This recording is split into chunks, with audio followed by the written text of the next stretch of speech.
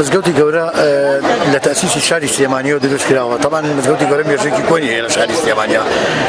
دروستکردنی مزگەوتی گەورە لەلایەن مێرنشینی بابانی ئیبراهیم پاشاوە دروست کراوە لە ساڵی 1984 زاینی.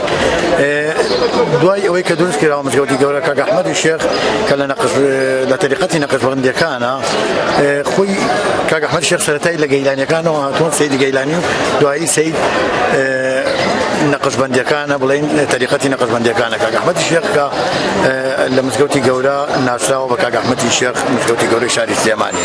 ئەم مزگەوتی گەورە تەسیسێکی جوانی شاری سلێمانیە، شوێنی تەریقەت و شوێنی دین و دینداری بووە. چەندەها مامۆستای پێگەیاندراوە لە ناو مزگەوتی گەورە لەسەر تەریقەتی بڵێن دینی خۆی کە پەروەردە کراون. تەریقەتی بڵێن نەقشبەندیەکانی تیا تەکەی نەقشبەندیەکانە. بڵێ چی کاتێ مزگەوتی گەورە کراوە و چی کاتێکیش داخرێ نوێژخانان میان هەوڵاتیان لە دەسەلدانی.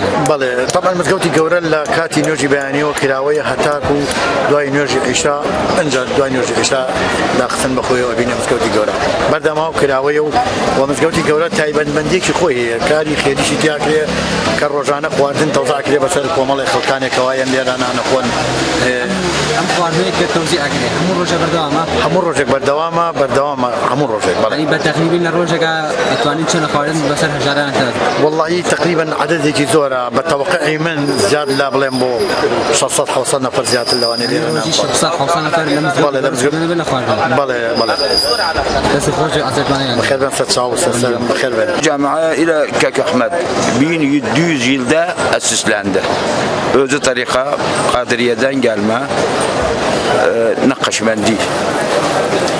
Yolu mesleke Nakşibendi'de. İşte bu özü oturdu burada. İşçiyse alem yığıştı burada başına.